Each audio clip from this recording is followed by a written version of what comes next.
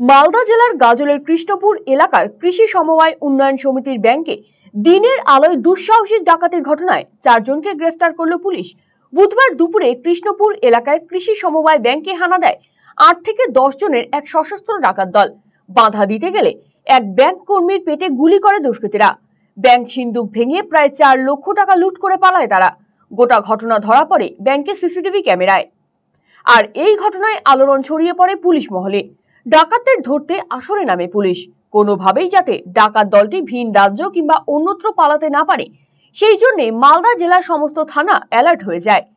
গাজলের পরই পুরাতন মালদা থানার পুলিশ ডাকাত দলটিকে ধরতে তল্লাশি শুরু করে।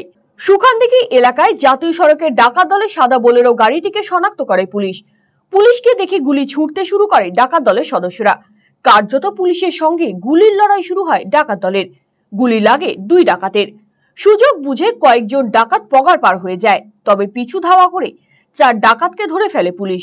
জখম 2 ডাকাতকে চিকিৎসার জন্য আনা হয় মালদা মেডিকেল কলেজ ও হাসপাতালে। কালকে ঘটনা কি, আমরা এখানে দাঁড়িয়েছিলাম, জিসিবি কাজ করছিল। এবার গাড়িটা খুব স্পিডে আসলো ওদিক থেকে, এসে এখানে সাইড করলো। তো আমরা ভাবলাম যে হয়তো গাড়িটা সাইড করছে, জিসিবি সাইড করার পর ও বেরিয়ে যাবে। তারপরে আমরা দেখছি তো গাড়ির গেট খুলে দিয়ে সব পালাতে লাগলো। 4 জন দেখলাম, আবঝা 4 জন মতোই, 4 জন পালালো। এবার আমি দৌড়ে গেলাম, যে হয়তো ভাবলাম যে আমার গ্রামে হয়তো কোনো কাণ্ড করে এসছে, অ্যাক্সিডেন্ট করে এসছে বলে পালালো। দৌড়ে যেয়ে দেখছি তো সিটের উপরে ওয়ান শাটার জ্ঞান একটা দেখতে পেলাম। হ্যাঁ, না বন্দুকটা আমরা দেখতে পাইনি, মানে পিছনে ছিল আর কি, ওই মিডিল সিটে ছিল জ্ঞান। তারপরে ম্যাডাম আসলো ওদিক থেকে, আমি থানা ফোন লাগাচ্ছিলাম, তার মধ্যে দেখছি ম্যাডামরা ঢুকলো। পুলিশ ঢোকার পরে আমাকে করার চেষ্টা করলো। তো আমি বললাম এখানকার স্থানীয়, গাড়িতে জ্ঞান রাখা আছে, দেখেন আমি থানা ফোন করছিলাম এখন।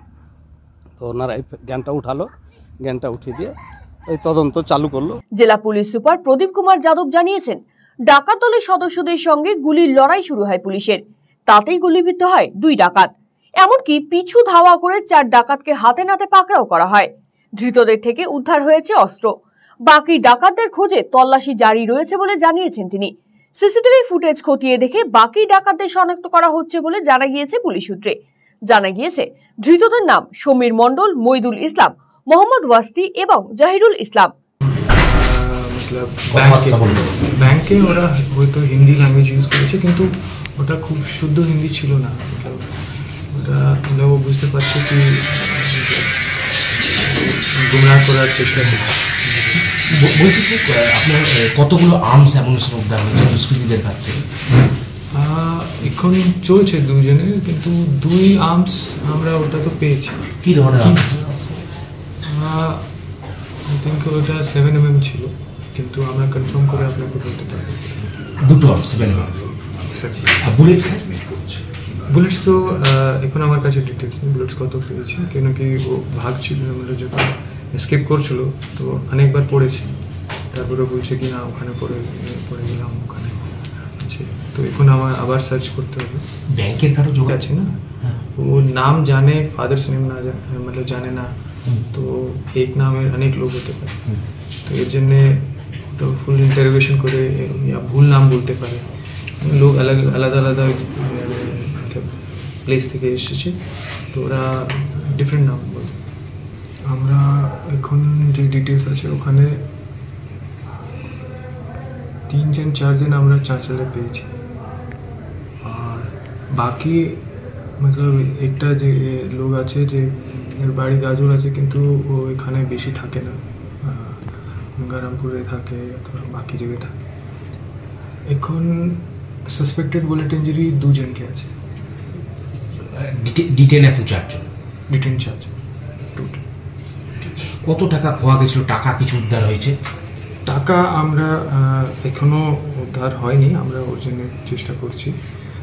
বাকি যে কমপ্লেন্টে আমরা পেয়েছি 5.9 লাখ টাকা ওখান থেকে লুট করেছি। উল্লেখ্য, রীতিমতো ফিল্মি কায়দায় মুখ বেঁধে হাতে আগ্নেয়াস্ত্র নিয়ে কয়েক মিনিটের মধ্যে গোটা ডাকাতির ঘটনার অপারেশন চালায় দুষ্কৃতীরা। ফলে আগে থেকেই ডাকাত দলের সদস্যরা রেকি করে গিয়েছিল কিনা তা খতিয়ে দেখছে পুলিশ। অন্যদিকে ডাকাতদের কাছ থেকে 3টি সকেট বোমা উদ্ধার করেছে পুলিশ।